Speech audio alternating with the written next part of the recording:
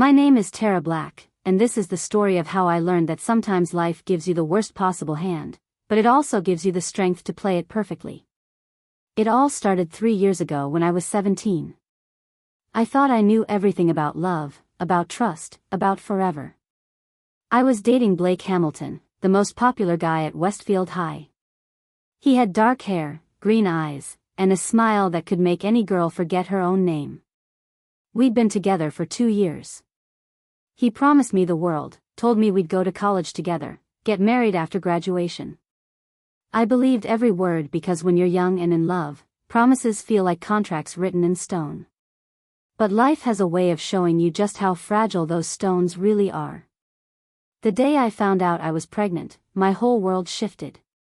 I stared at that little plus sign on the pregnancy test, my hands shaking like leaves in a storm.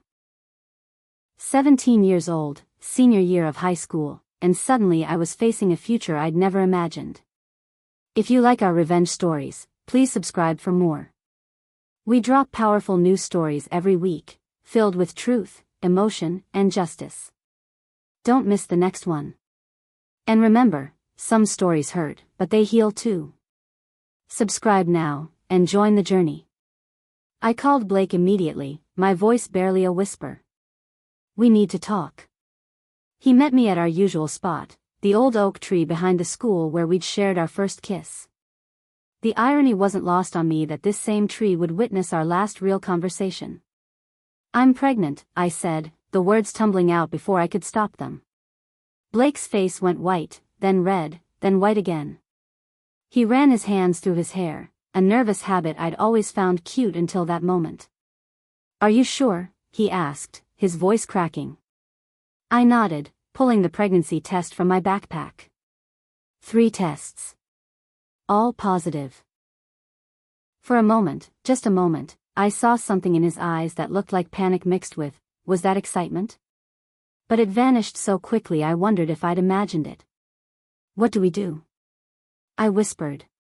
Blake stood up abruptly, pacing back and forth. I don't know, Tara.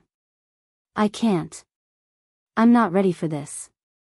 College, my scholarship, my parents. His words hit me like physical blows. Blake, this is our baby.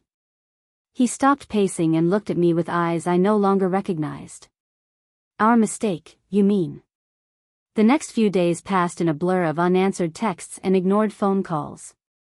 Blake avoided me at school, taking different routes to class, eating lunch with different people. It was like I'd become invisible, like our 2 years together had never happened. Finally, I cornered him at his locker. Blake, we need to figure this out together.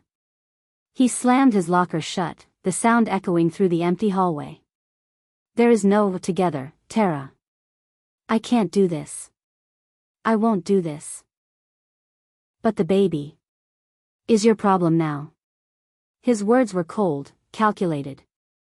I never wanted this. I'm 18, I have my whole life ahead of me. I'm not throwing it away because you couldn't be more careful. The accusation stung. We'd always been careful, but accidents happen. That's why they're called accidents. So that's it?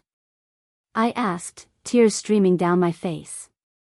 2 years together and you're just going to walk away? Blake's expression softened for just a second, and I thought maybe, just maybe, he'd come to his senses. But then his walls went back up. I'm sorry, Tara. But yes. I'm done. He walked away, and I stood there in that empty hallway, more alone than I'd ever felt in my life. Word travels fast in a small town. By the next week, everyone at school knew about my pregnancy. The whispers followed me down every hallway, into every classroom. Some looks were sympathetic, others judgmental, but all of them made me feel like I was on display in the worst possible way. My parents were devastated but supportive. Mom cried for 3 days straight, not because she was disappointed in me, but because she saw how much pain I was in. Dad just kept muttering about finding Blake and having a conversation, which I quickly discouraged. The worst part wasn't the stares or the whispers. It was watching Blake continue his life as if nothing had changed. He still went to parties, still played basketball, still dated, yes, he was already dating someone new within 2 weeks. Ashley Cooper, a sophomore with blonde hair and zero complications. I watched him laugh with her in the cafeteria, saw them holding hands in the hallway, and I realized something important: Blake Hamilton was a coward. He'd rather run from responsibility than face it, rather choose the easy path than the right one. That realization planted a seed in my heart, a seed that would grow into something much stronger than heartbreak. I made the decision to keep the baby. It wasn't easy, and it wasn't what I'd planned for my senior year, but something deep inside me knew it was right. My parents stood by me, even when their friends whispered at church and their coworkers asked uncomfortable questions. Graduation came and went. Blake walked across that stage, accepted his scholarship to State University, and gave a speech about following your dreams and never giving up. I wanted to laugh at the irony, but mostly I just felt tired. I gave birth to my daughter, Emma Rose Black, on a rainy Tuesday in September. She had dark hair like her father and my blue eyes. The moment they placed her in my arms, I knew that everything I'd been through was worth it. She was perfect, 10 tiny fingers, 10 tiny toes, and a cry that announced to the world that she was here and she was strong. Blake never called to ask about the birth. He never sent a card or flowers. It was like Emma didn't exist to him, like the 9 months I'd carried his child were just a bad dream he'd chosen to forget. But that was okay. Emma and I didn't need him. We had each other. The next 3 years were a whirlwind of sleepless nights, first smiles, first steps, and first words. Emma was brilliant, walking at 10 months and speaking in full sentences before she was 2. She was curious about everything, always asking why and how, until I sometimes felt like my brain might explode from all her questions. I worked part-time at the local library while Mom watched Emma. It wasn't glamorous, but it paid the bills and gave me flexible hours. I was saving money for college, planning to start part-time classes when Emma got a little older. Blake, meanwhile, had apparently thrived at State University. I heard through mutual friends that he was studying business, had joined a fraternity, and was dating a sorority girl named Brianna. His social media showed a life of parties, football games, and spring break trips to exotic locations. Not once in 3 years did he ask about his daughter. Emma started asking about her daddy when she turned 2. "Where's my daddy, Mama?" she'd ask, and I'd give her age-appropriate answers about how some families have one parent and some have 2, and both kinds of families are perfectly normal. But at night, after she was asleep, I'd wonder what I'd tell her when she was old enough to understand the real truth. If you like our revenge stories, please subscribe for more. We drop powerful news stories every week, filled with truth, emotion, and justice. Don't miss the next one. And remember, some stories hurt, but they heal too. Subscribe now, and join the journey. It was a Thursday afternoon in March when my phone rang with a number I didn't recognize. Emma was napping, and I was catching up on some reading for a college course I'd finally started taking online. "Tara? It's me. Blake." I nearly dropped the phone. His voice was the same, but there was something different about it, more mature, maybe, or perhaps just more careful. "Blake." I kept my voice neutral. "What do you want?" I need to see you. To talk. It's important." I laughed, but there was no humor in it. "Important? Now? After 3 years of silence? Please, Tara. I know I have no right to ask, but, please. Just give me 1 hour." Against my better judgment, or maybe because I was curious about what could possibly be important enough to break 3 years of silence, I agreed to meet him at the coffee shop downtown the next day. That night, I stared at myself in the mirror, wondering what he would think of the woman I'd become. I was stronger now, more confident. Motherhood had changed me in ways I couldn't have imagined. I was no longer the naive 17-year-old girl who'd believed in forever promises. I was Tara Black, Emma's mother, and I was ready for whatever Blake Hamilton had to say. Blake looked older when I walked into the coffee shop. His hair was shorter, more professional, and he was wearing a button-down shirt instead of his usual t-shirt and jeans.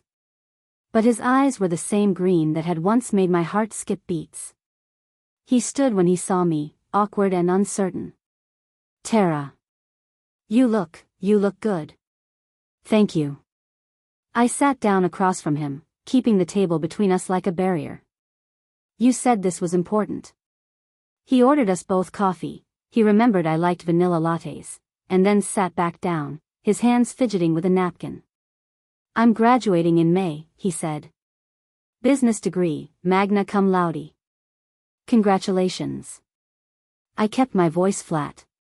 If he was looking for praise, he wasn't getting it from me. "I've got a job lined up. Good company, great starting salary." I'm doing well, Tara. I'm happy for you, Blake. But I don't think you called me after 3 years just to share your career updates." He had the grace to look embarrassed. "No. You're right. I called because..." He took a deep breath. "Because I want to meet my daughter." The words hit me like a physical blow.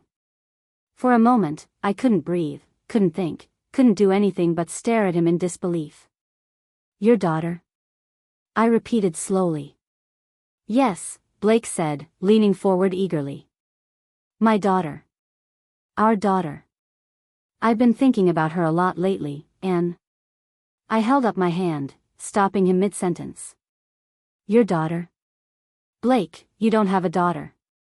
You have a child you've never met, never called about, never acknowledged." "Emma is my daughter." His face flushed red. "That's not fair, Tara. I was 18, I was scared. And I was 17.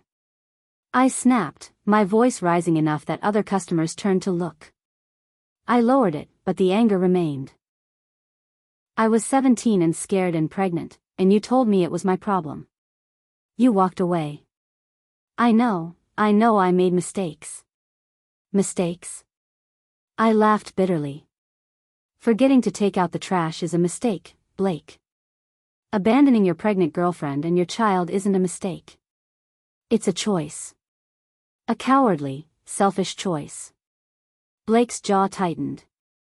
"I'm different now. I've grown up. I can provide for her, give her things you can't." "Like what?" "A father who disappears when things get tough. A man who only shows interest when it's convenient for him. That's not what this is about." But I was already standing up, grabbing my purse. "Yes, it is. This is exactly what it's about. You've built your perfect life, Blake, and now you want to add a daughter to it like she's some kind of accessory. Tara, please." "No." I turned back to face him. "You don't get to waltz back into our lives now that it's easy."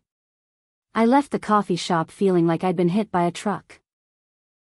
The nerve of Blake Hamilton, showing up after 3 years and acting like he had some kind of right to Emma. Like he could just decide he was ready to be a father and that would somehow erase years of absence.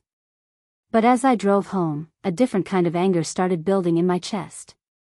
This wasn't just about Blake wanting to play daddy now that it was convenient. This was about Emma, and what was best for her. That night, after Emma was asleep, I did something I hadn't done in 3 years. I looked up Blake Hamilton online.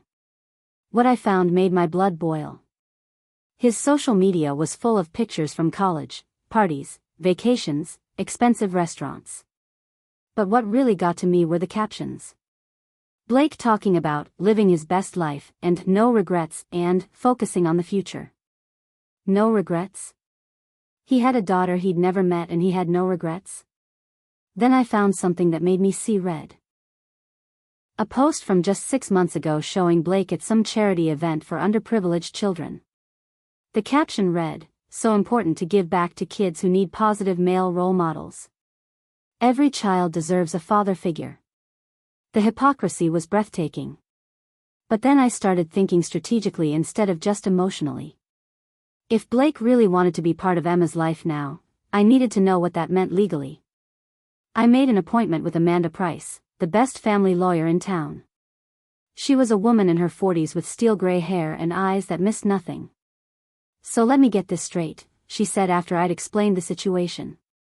The biological father abandoned you and the child 3 years ago, has never paid child support, never attempted contact, and now suddenly wants parental rights? That's exactly right. Amanda leaned back in her chair. What do you think his real motivation is? I'd been thinking about that since the coffee shop meeting. Honestly, I think it's about image. He's graduating, starting his career, probably thinking about his future. Having a secret daughter he's never met doesn't fit with whatever story he's telling himself or his girlfriend. Or, Amanda said thoughtfully, someone found out and he's doing damage control. That possibility hadn't occurred to me, but it made sense. Blake had always cared more about appearances than substance. What are my options? I asked. Well, legally, he is the biological father. If he wants to establish paternity and seek visitation or even partial custody, he can try. But, Amanda smiled grimly, he'll have an uphill battle. 3 years of abandonment doesn't look good to any judge. And if he tries to get custody? Based on what you've told me? Highly unlikely. But Tara, I have to ask, is there any possibility he could be a good father to Emma now? People do change. I thought about his request to meet her, about the way he'd talked about providing for her, about those social media posts. No, I said firmly. This isn't about Emma. This is about Blake. I spent the next week thinking about everything Amanda had told me. Blake could try to insert himself into Emma's life, and while he probably wouldn't get custody, he might get visitation rights.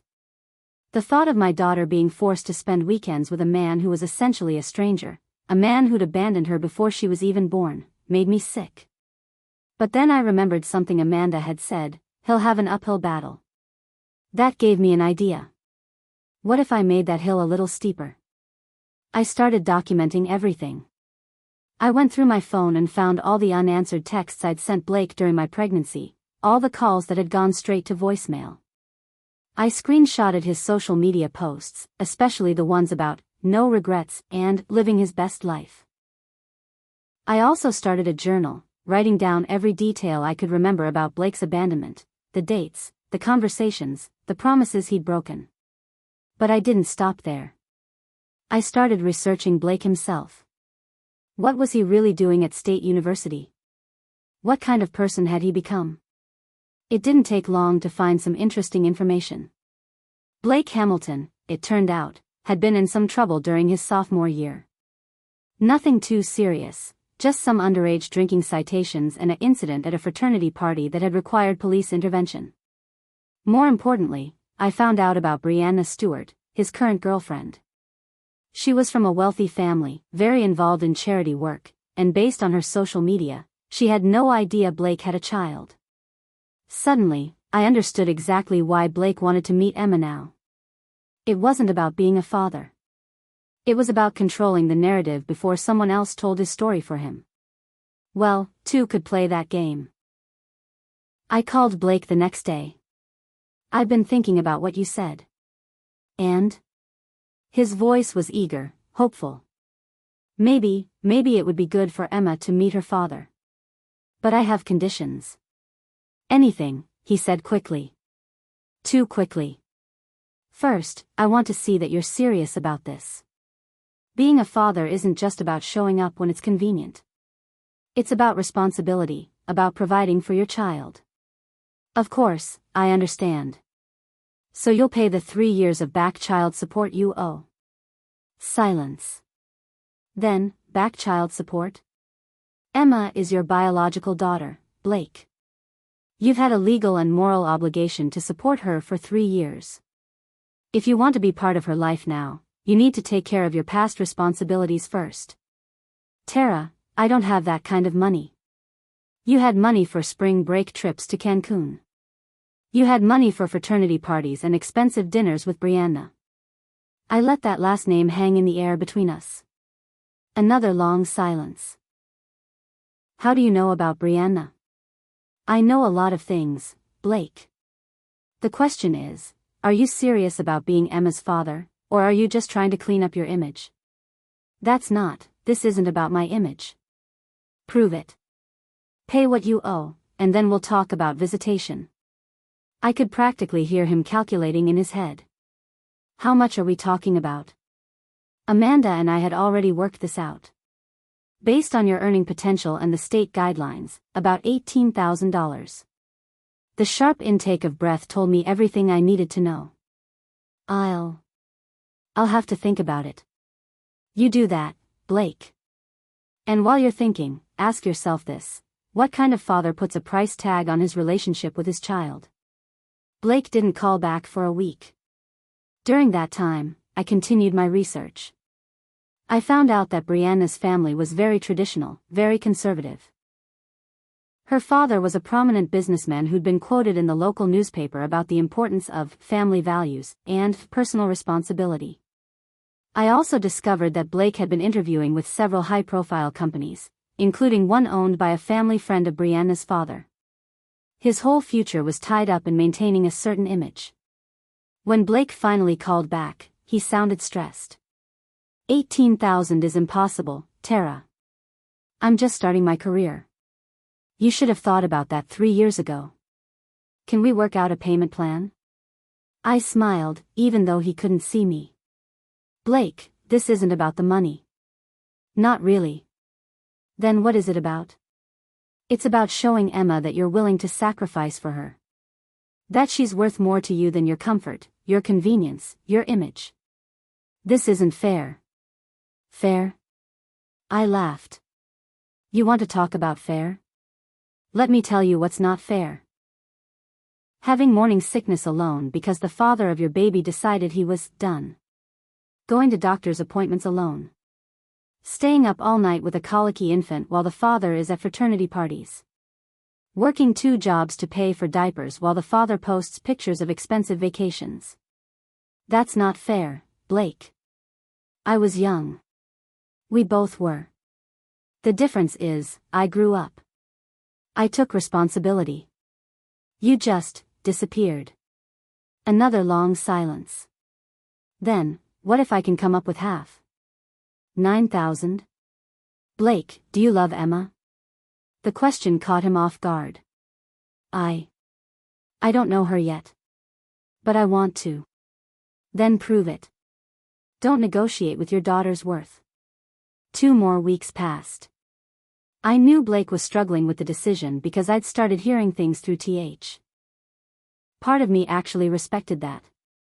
Maybe he was more serious than I'd thought. But then I heard something else that changed everything.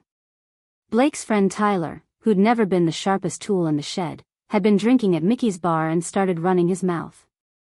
According to the bartender, who happened to be my cousin Jake, Tyler had been complaining about Blake getting himself in trouble with some girl from high school, and how Blake was trying to clean up the mess before Brianna's dad found out.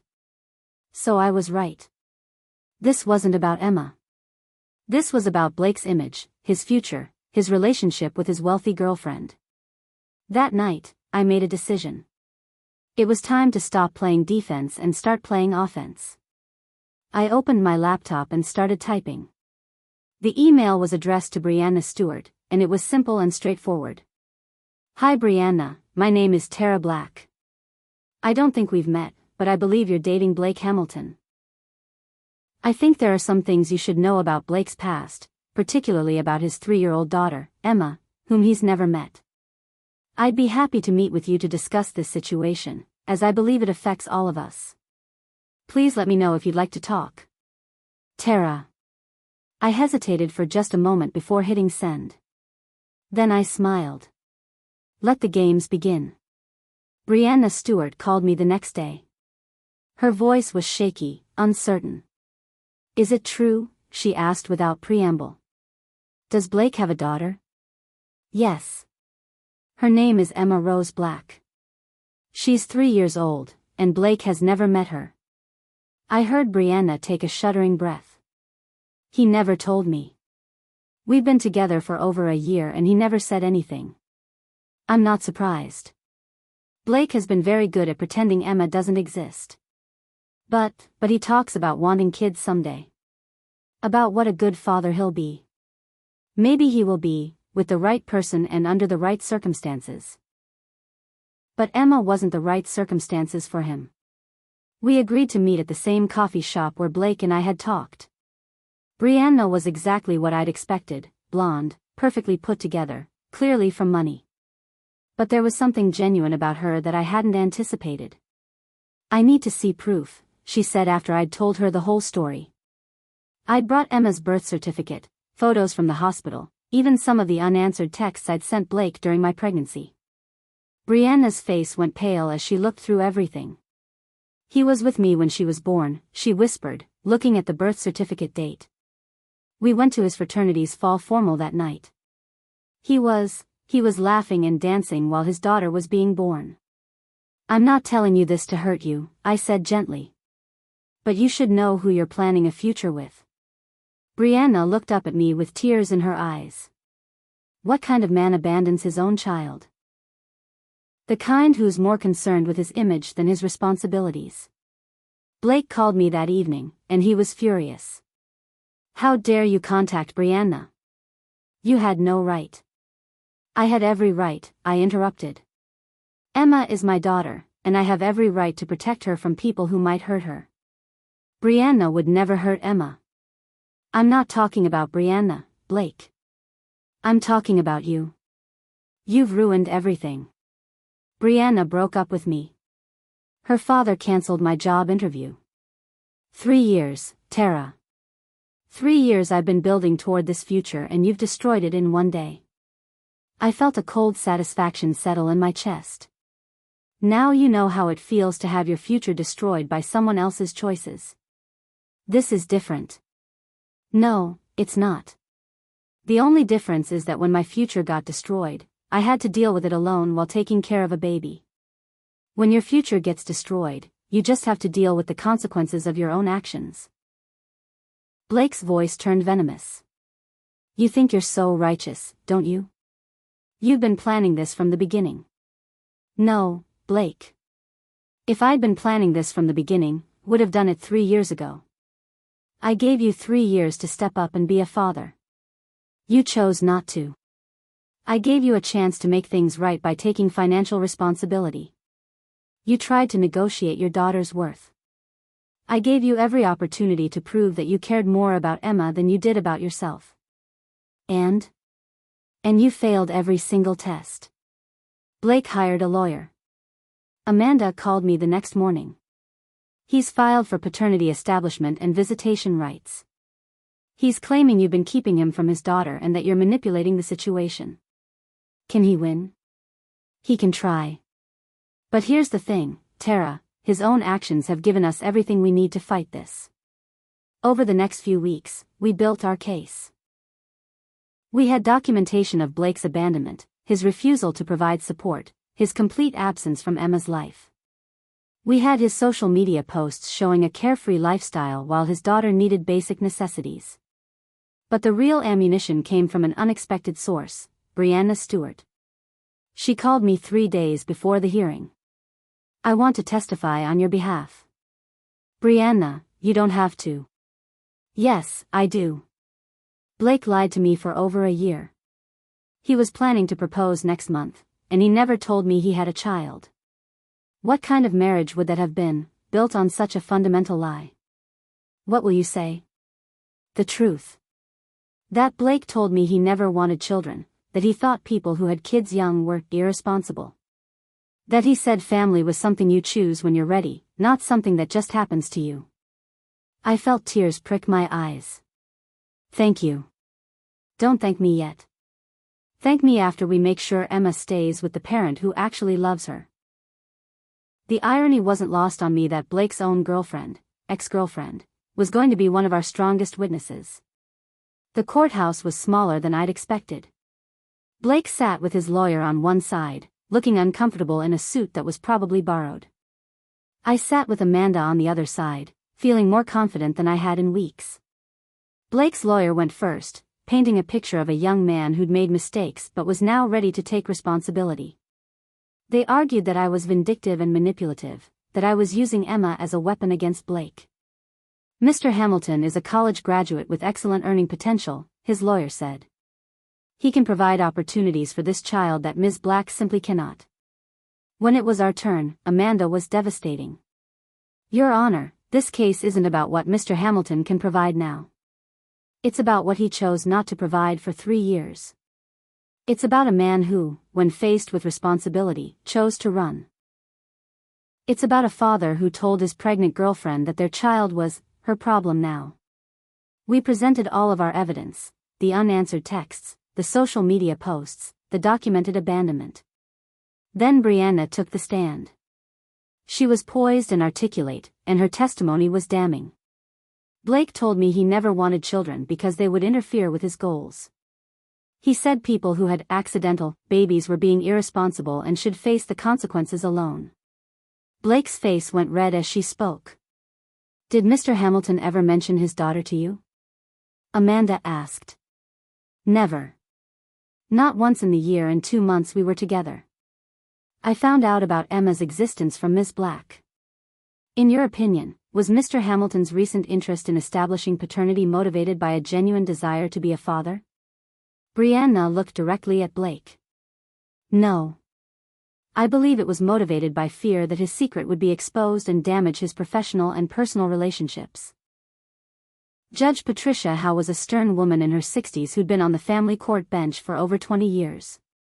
She'd heard it all, and it showed in the way she looked at Blake with thinly veiled disapproval.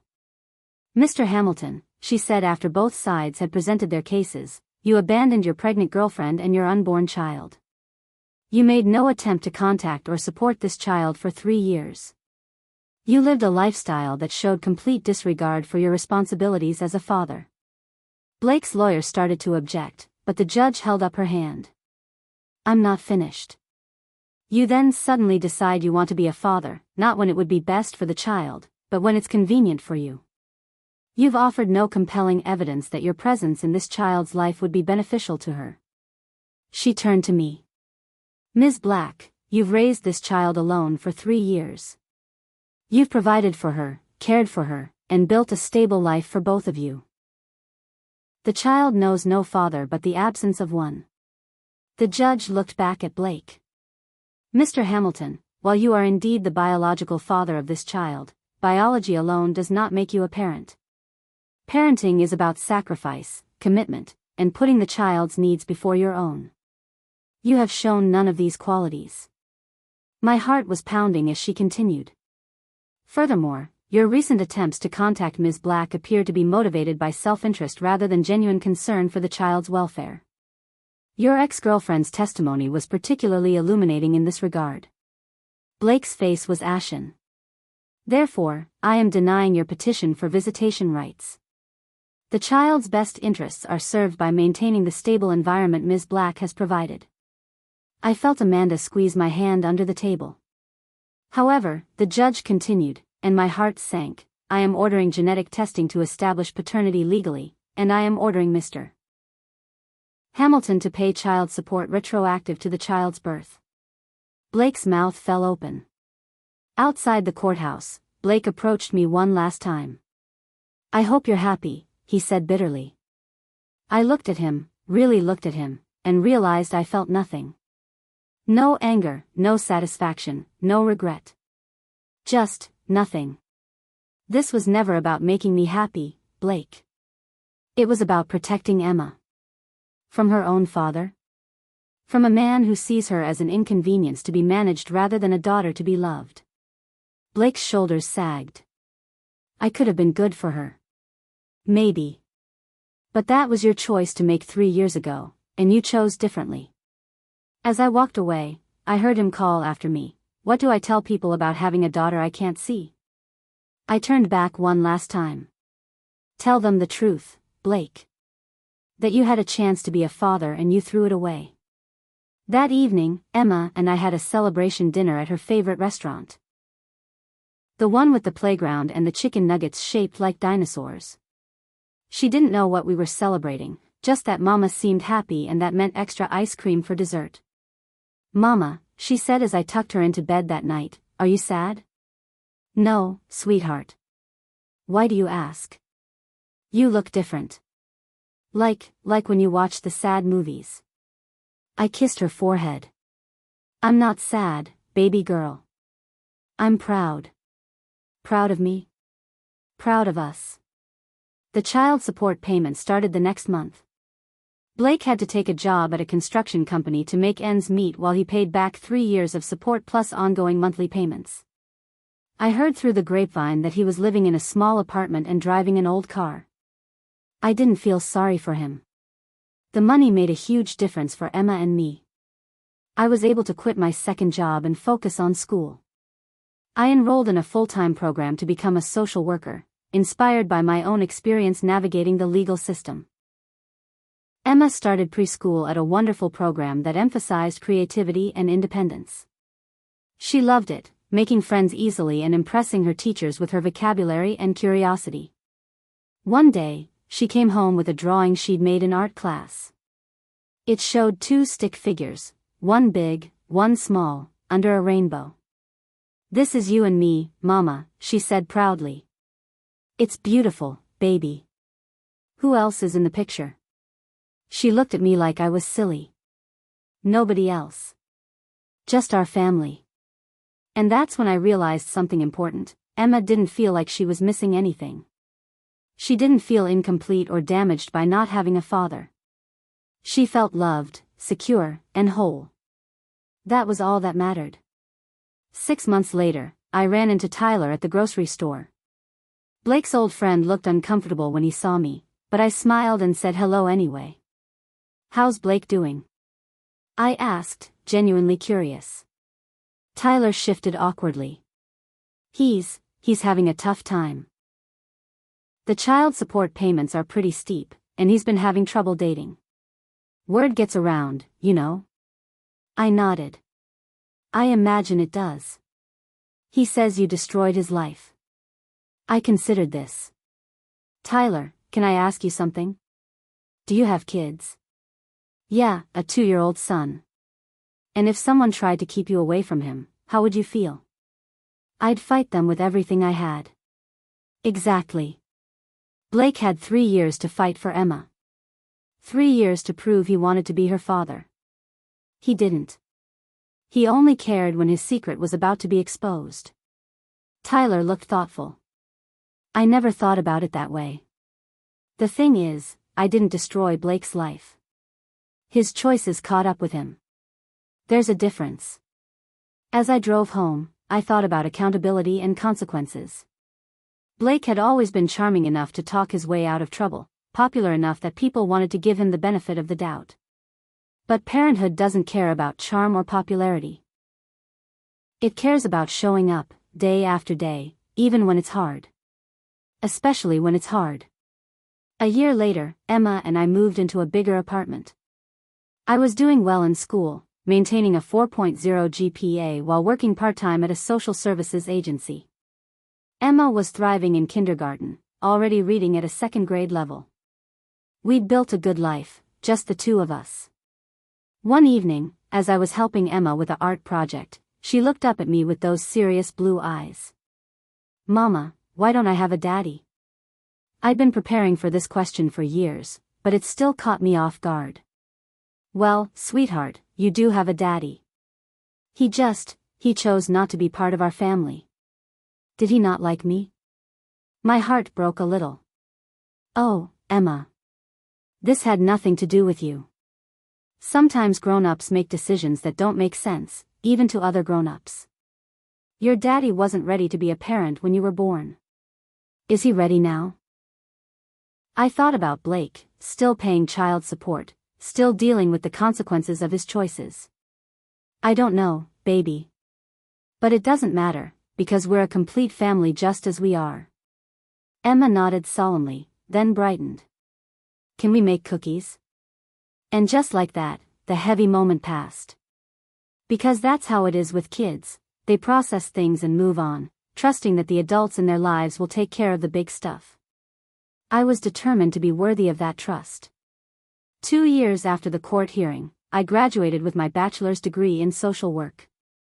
Emma, now 5 years old, sat in the front row wearing a dress we'd picked out special for the occasion. As I walked across the stage to receive my diploma, I thought about the scared 17-year-old girl I'd been. She'd had no idea what she was capable of, no idea how strong she could become when she had someone to fight for. After the ceremony, Emma ran up to me with a bouquet of flowers. "I'm proud of you, Mama," she said, wrapping her arms around my legs.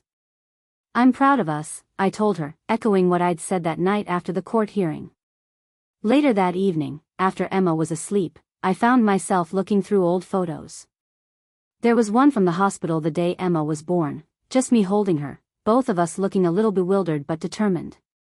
I thought about Blake, and for the first time in years, I felt something like pity for him. He'd missed so much: first steps, first words, first days of school, bedtime stories, Saturday morning cartoons.